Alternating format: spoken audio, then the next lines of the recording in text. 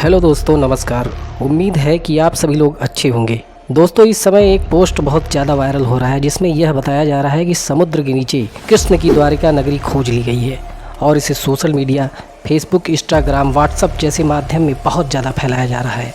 अभी हाल ही के बीते दिनों में हमारे देश के प्रधानमंत्री समुद्र के नीचे द्वारिका के दर्शन करने गए थे, जिसे पूरे देश ने देखा। तो दोस्तों, इस वीडियो में हम बात करने वाले हैं कि द्वारिका उसी कृष्ण की नगरी है जिसका महाभारत में उल्लेख किया गया है, या कोई ऐसी सभ्यता जो कई वर्षों पहले प्राकृतिक आपदाओं के कारण समुद्र में विलय हो गई। तो द्वारका कृष्ण की नगरी है या नहीं, इसके लिए हम लोग 2-3 फैक्ट चेक करते हैं। पहला, national institute of ocean geography का रिसर्च। दूसरा, यूनेस्को की रिपोर्ट। और तीसरा, सबसे मजबूत साक्ष्य, व्हाट्सएप, इंस्टाग्राम, फेसबुक में फैलाए गए फोटो पोस्ट के अनुसार जब प्रधानमंत्री समुद्र के नीचे द्वारका के दर्शन करने गए तो क्या प्रधानमंत्री को वो सारे स्ट्रक्चर मिले या नहीं मिले। देखते हैं, national institute of ocean geography के रिसर्च के अनुसार द्वारका एक भारत का बहुत ही प्राचीन बंदरगाह हुआ करता था, जिसे देवी देवताओं की मान्यताओं के अनुसार इसे कृष्ण की नगरी घोषित करने का अथक प्रयास किया जा रहा है। लेकिन रिसर्च के अनुसार ऐसा कोई सबूत अभी तक नहीं मिल पाया है जिससे इसे पूरी तरह कृष्ण की द्वारिका नगरी घोषित की जा सके। इस रिसर्च के अनुसार इस स्थान पर समुद्र के 6 से 8 मीटर नीचे पत्थरों के चौकोर, आयताकार और अर्धवृत्ताकार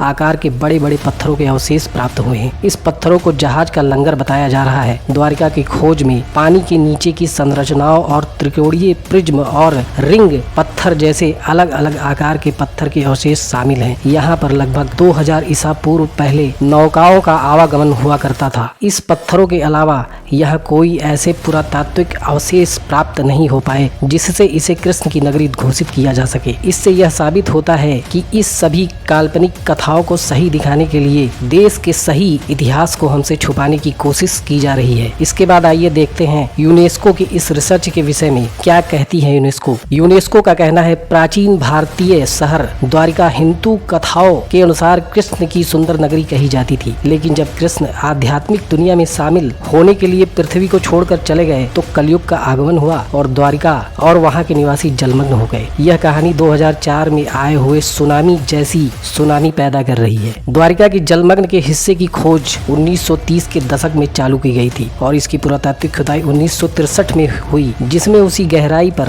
कई पत्थर के लंगर बरामद हुए जो प्राचीन समय के बताए जा रहे हैं। इस रिसर्च के अनुसार 15वीं शताब्दी के दौरान द्वारका भारत और अरब क्षेत्र के बीच व्यापारी संबंधों का एक स्थान हुआ करता था। 18वीं शताब्दी तक या उसके बाद तक यहाँ बंदरगाह होने का प्रमाण मिलता है और द्वारिका का अर्थ होता है द्वार, इसलिए यह प्राचीन बंदरगाह और यहाँ पर प्राप्त अवशेष यह प्रमाणित करता है कि यह जगह भारत आने वाले विदेशी नागरिकों के लिए एक द्वार हो सकता है।